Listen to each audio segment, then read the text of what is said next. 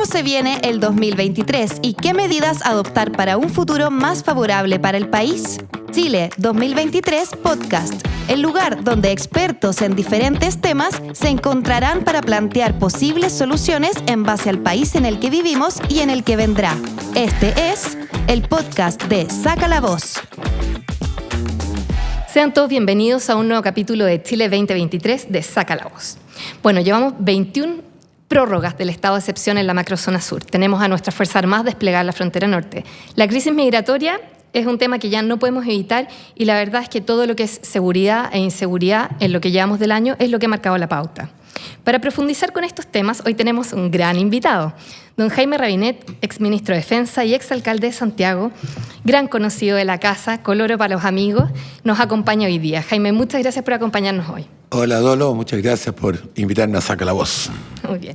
Tú has sido bastante crítico de lo que ha sido el despliegue militar en las fronteras norte. Esto porque las Fuerzas Armadas, en el fondo, tienen una misión que está definida en la Constitución y al parecer se desdibuja un poco cuando tú obligas a las Fuerzas Armadas a asumir otros roles. ¿Cuál es el rol de las Fuerzas Armadas? El rol de las Fuerzas Armadas en todo país es proteger la soberanía externa frente a ataques exteriores que puedan sufrir la integridad del territorio, del mar o del espacio aéreo.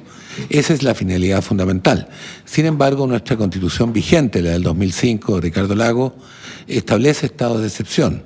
Cuando hay terremotos, tsunamis, etcétera, las Fuerzas Armadas juegan un rol muy importante. Y también cuando hay emergencias de orden público, como es lo que pasa en la Araucanía y un poco también lo que pasa con la inmigración ilegal en la frontera norte. Sin embargo, yo soy muy crítico, primero porque debe ser por un periodo determinado y excepcionalmente. 21 prórrogas es mucho. Sí. Pareciera Segundo, ya no ser una porque excepción. además se les manda con las manos amarradas. O sea, tanto el gobierno de Piñera como este gobierno han mandado a las Fuerzas Armadas al sur de Chile a tratar de contraatacar o controlar el terrorismo y la delincuencia en la Araucanía y resulta que no les dan el poder ni la fuerza suficiente, al punto que si un militar usa sus armas puede ser procesado por la justicia civil, perder su carrera, terminar preso y teniendo que pagar su abogado. Entonces yo creo que no tiene sentido el desplazamiento de las Fuerzas Armadas para el sur o al norte si no se les da el poder necesario para actuar. Y particularmente, Dolo, las Fuerzas Armadas funcionan con la disuasión. Esto es, si tú sabes que si haces un acto terrorista yo te puedo disparar, lo vas a pensar dos veces. Pero si tengo que estar mirando para el techo y no puedo disparar, no va a servir para nada. Finalmente lo estás arriesgando a ello. Entonces, lo mismo está pasando con la frontera norte. Mira el absurdo. Lo despliega la frontera norte con Bolivia fundamentalmente, pero hay una resolución del 28 de abril del 2022, o sea, de este gobierno, del mismo señor Taller que dijo que eran bienvenidos los inmigrantes ilegales. Lo hoy día en el diario hay una polémica al respecto. Exactamente, pero bueno, ya lo dijo. Siempre hay explicaciones para desdecirse. Pero el hecho es que esa resolución establece que todo extranjero que pasa por Bolivia hacia nuestro territorio no puede ser devuelto a Bolivia. Entonces, por favor, ¿para qué están? O sea, para darle la bienvenida, para repartirle caramelos, flores, ¿no es cierto? Y una mantita para que no pasen frío. Verdaderamente lo encuentro absurdo. O sea, es un despliegue para fines mediáticos porque no se les da el poder. Si de mí dependiera... Eso te iba a preguntar. ¿Cuál es la medida? Tú estuviste ahí, ejerciste el rol... Ponen una patita, es decir, un pie en territorio chileno, se les devuelve. Y que Bolivia no los quiere, se quedarán a vivir en la frontera.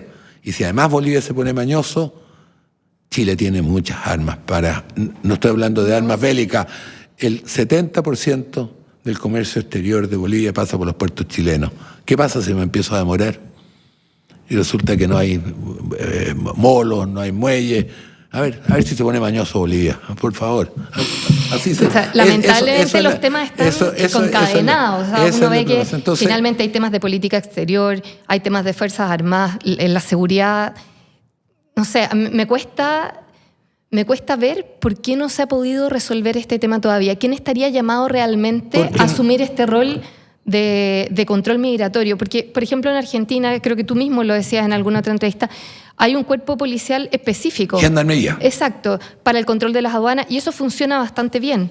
Entonces, ¿por qué no hemos explorado nosotros alternativas puede ser fuerzas de orden público, bueno, tenemos a Carabineros de Chile o Policía de Pero puede ser Investigación. una rama dentro de Carabineros especializada, perfectamente. ¿No se ha intentado anteriormente? Mira, es que yo creo que en general los gobiernos últimos, Michelle Bachelet 2, Piñera 2 y Boric 1, pero 1 nomás, Sí.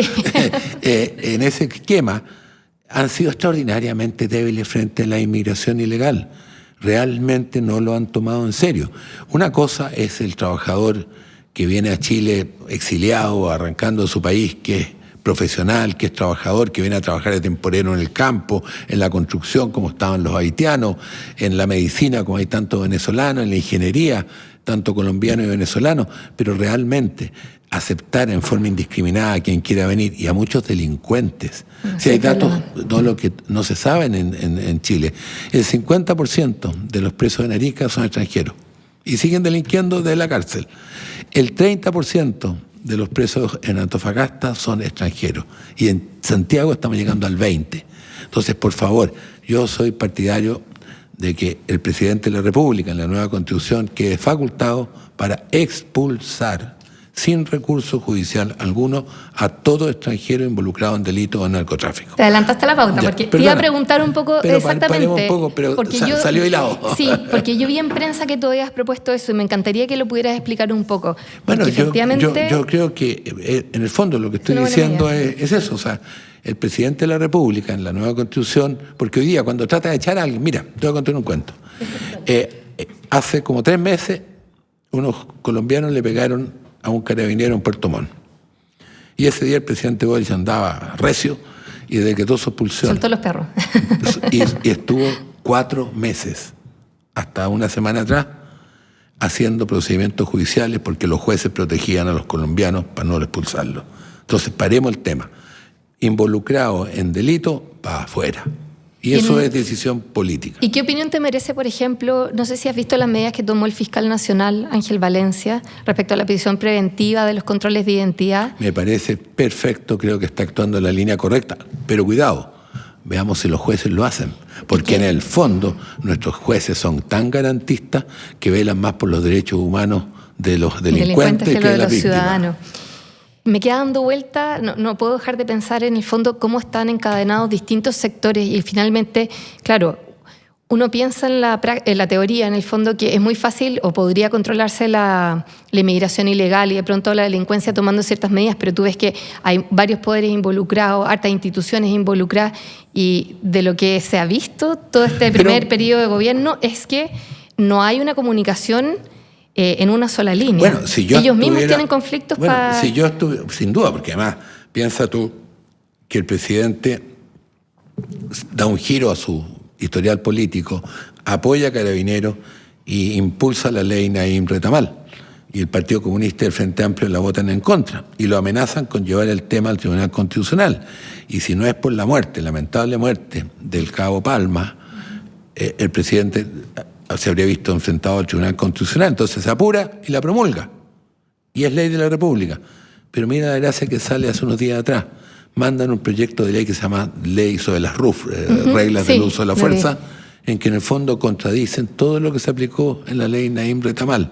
Porque, por ejemplo, establece que las Fuerzas Armadas y la Policía pueden usar su armamento en forma proporcional. Mira esto. O sea, te tiran una piedra... Tiras una piedra. Los carabineros van a tener que aprender a tirar piedras, po. Tiran palos, van a tener que prender bombas molotov. ¿Tú te imaginas carabineros de la Fuerza Armada tirando molotov? Si es ridículo. Mira, si la impericia de este gobierno es muy grande. Pero además, mira la otra gracia.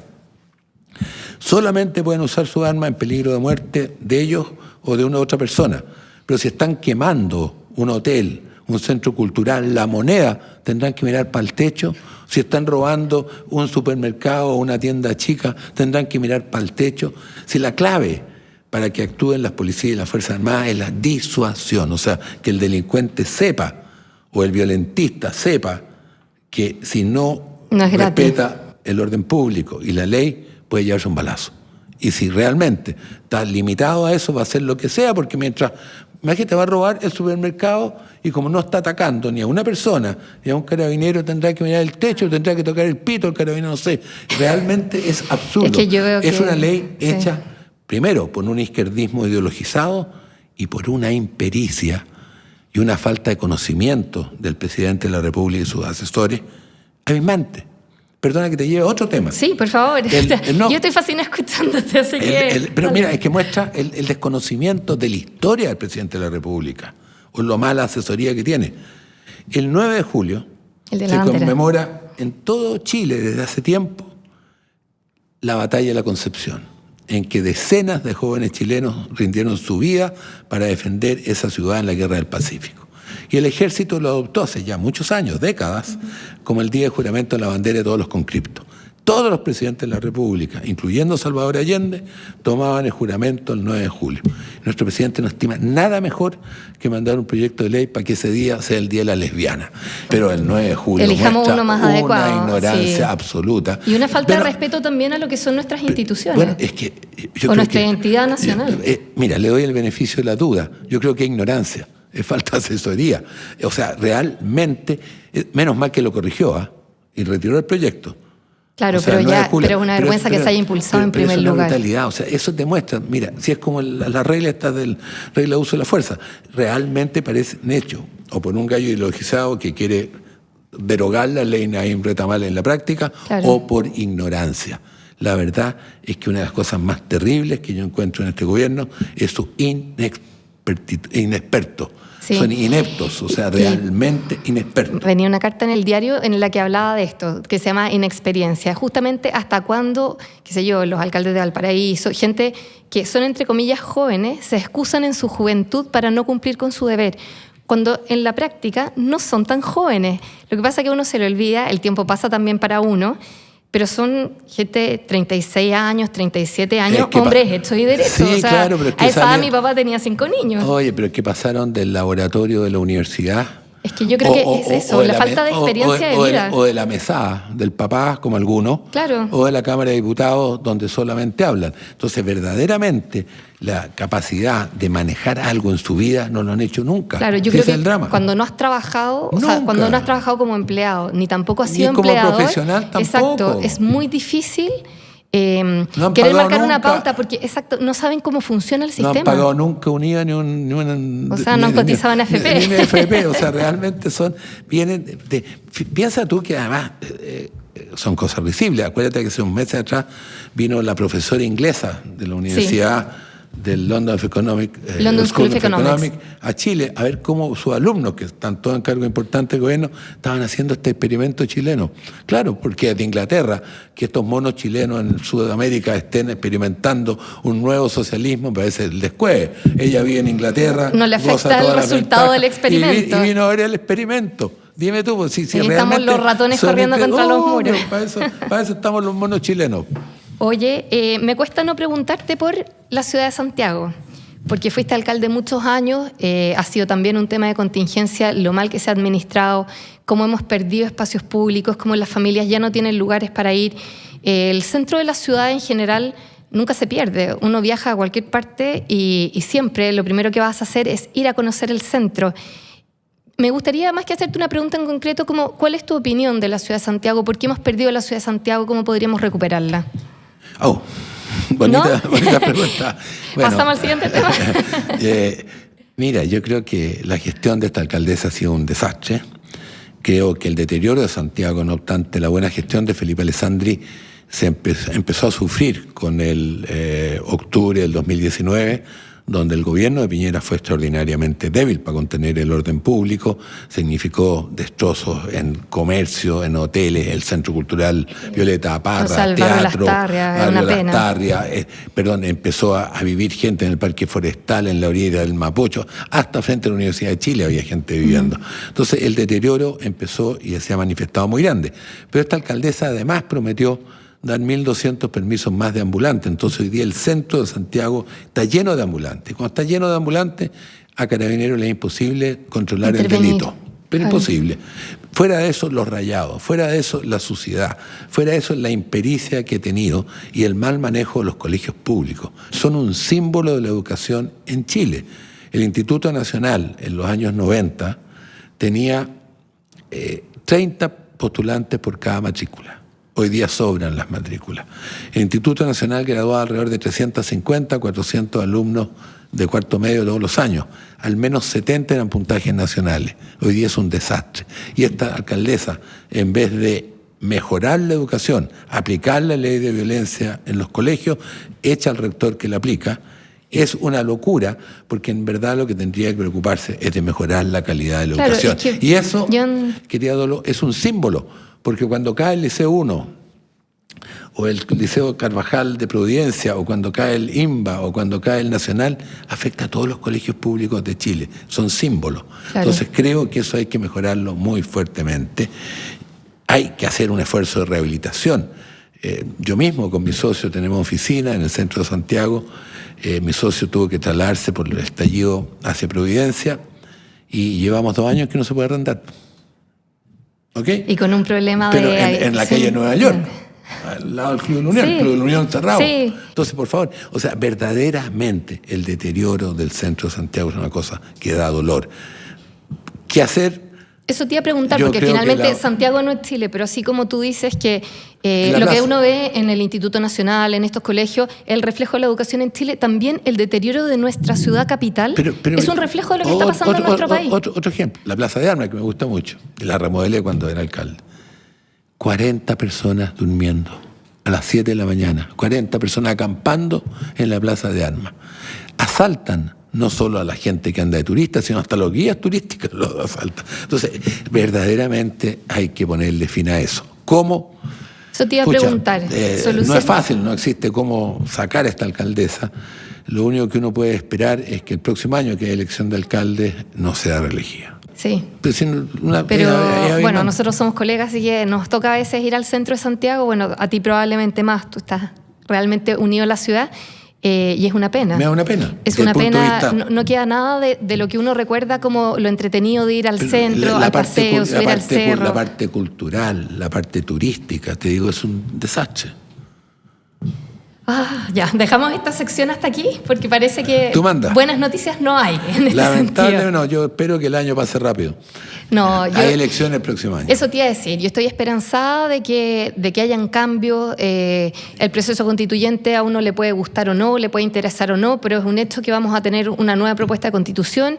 Hay que tener esperanza de que la gente no es tonta y que en el fondo todos queremos estar mejor y vamos a empujar las mejoras. Y que hayamos aprendido la lección de lo que fue la locura de la convención pasada. O sea, que haya sensatez, que haya transversalidad, que salga una constitución breve, propiamente constitución, en una carta al viejo Pascuero, y de esta manera, ¿no es cierto?, Chile pueda encauzar su progreso, crecimiento y con mayor justicia social, que es clave. Pero lo que es importante, Dolo, es que no hay superación de la pobreza si no hay crecimiento. No, y si no hay seguridad. Yo te digo, garantizando una cierta estabilidad, la seguridad de orden público, de ahí en adelante, todo lo demás. Dolo, la seguridad es la esencia de la creación de los estados. Tú que te estudiaste historia del derecho, tienes que acordarte lo que era Uruk. El año 3000 antes de Cristo, la primera ciudad-estado, 3000 años en Babilonia, en la zona de día de Irak, ¿no es cierto? Sí. Y ahí parten las ciudades, y parten para 2 objetivos, la ciudad-estado: defender sus fronteras exteriores de los ataques y el orden público interior. Esa es la esencia del Estado. ¿Cuántos miles de años después y los problemas siguen siendo los mismos? No, correcto, pero la característica de los estados es mantener el orden interior. Y cuando eso falla el Estado. De todas maneras. Oye, pasándote a otra sección. Nosotros tenemos una sección que se llama Soluciones Futuras, en la cual le pedimos a nuestro invitado que traiga alguna idea, algún libro, alguna película, algo que haya visto, una frase inspiradora, lo que sea, que ilustre un poco los temas que hemos conversado o cosas que a ellos les interesen en particular. ¿Qué nos trajiste tú? Yo traje un libro. ¿Cuál? Que me dejó muy impresionado. Lo leí hace ya 2-3 años. Yo soy gran lector, me gusta mucho el boom latinoamericano. Lástima que Vargas Llosa haya publicado poco el último tiempo. Me gusta Hernán Rivera Letelier. Me gusta también Hugo Lebec en Francia, no sé si leíste tú Sublimación, que es realmente fantástico, un libro, pero muy, muy bueno. Pero traje uno que es de Manuel Carrer, El Reino, que me dejó salvajemente impresionado como católico, como cristiano. Porque este señor fue cristiano, en su adolescencia, juventud, pasó a ser no creyente, y de repente retoma la religión y se mete en la religión a estudiarla muy firmemente, particularmente a San Pablo y a Lucas. Y tiene todo un capítulo sobre lo que hizo San Pablo, que es como el gran organizador de la Iglesia Católica, y un rol relevante que yo desconocía, que en el fondo el gran articulador, mientras San Pablo era el predicador, como el ideólogo, el que manejaba y armaba las cosas era Lucas, San Lucas, el ciudadano griego, médico además. Entonces, verdaderamente es muy sensacional, y cómo después de volver a la fe, la vuelve a perder. Te digo, es un libro realmente entretenido. Tiene varios. El Limonov, que es la historia de un ruso que vive en Rusia, de estos gallos ricos, arranca, vive en Nueva York. Tiene después una novela rusa que es bien entretenido. Te digo, tiene muy buenos libros, pero El Reino, de Manuel Carrer, yo lo recomiendo porque le abre una perspectiva distinta a la historia del cristianismo. Es que me encantó la recomendación. Ya saben, El Reino, de Manuel Carrer, recomendadísimo por Jaime Rabinet. Yo también lo leí, así que se los recomiendo. Realmente es para darle una oportunidad a cosas que a veces estamos cercanas y desconocemos, y no sé, está tan bien relatado que sí, claro, de verdad es un gran libro. Y particularmente, más allá de las vivencias personales de Manuel Carrer, sí, como autor, es el conocer la articulación que hizo San Pablo y Lucas para formar la Iglesia Católica. Es como una estrategia política. Y claro, y cómo en el fondo tuvo que enfrentar educadamente a San Pedro, que creía en la Iglesia Católica o cristiana de judíos. Claro. Mientras que él plantea la universalidad. Esta novedad desde el Hijo de Dios ecuménica. Es muy entretenido. No, realmente muy buen libro. Qué buena. Muchas gracias por tu aporte. Oye, vamos a pasar a otra sección. Esto ha sido bien dinámico. Se llama Chile en una palabra. En esta sección yo te voy a decir una palabra o un concepto, y tú me vas a decir un concepto. Te voy a decir lo primero que se te venga a la cabeza, pero ojalá que sea algo claro respecto de estas palabras. ¿Te parece? Tratemos. Vamos. Narcotráfico. Una plaga. Carabineros de Chile. A defenderlo. Ministerio de Defensa. Un gran ministerio. ¿Algún recuerdo en especial que tengas de eso? Sin duda, muchos. Quizás lo más terrible de todo que me tocó vivir fue la tragedia de Antuco, en que en forma absolutamente irresponsable hicieron machara con cripto y murieron como 40. Fue terrible. También hubo momentos muy difíciles cuando el Perú intentó extender su línea de control marítimo en la zona norte. Fueron muchas experiencias muy bonitas. Fue un gran ministerio. Sí. Oye, jóvenes.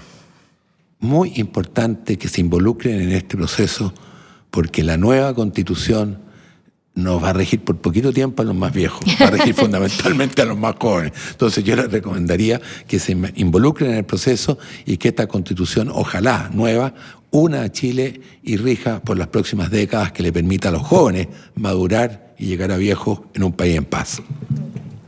Bueno, con esto marcamos el final del capítulo. Gracias, Jaime, por habernos acompañado. Gracias por todo lo que me enseñaste. Realmente, es que es sumamente interesante oír como la visión desde alguien que estuvo en el Ministerio de Defensa de cómo funcionan las Fuerzas Armadas, de cómo se despliegan, para qué están hechas, para qué no están hechas.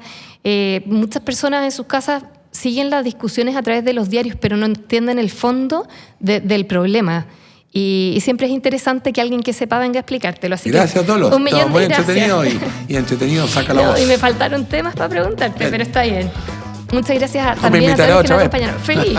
Ahí ya vamos a hablar de bienes nacionales, viviendas, de las otras pasadas.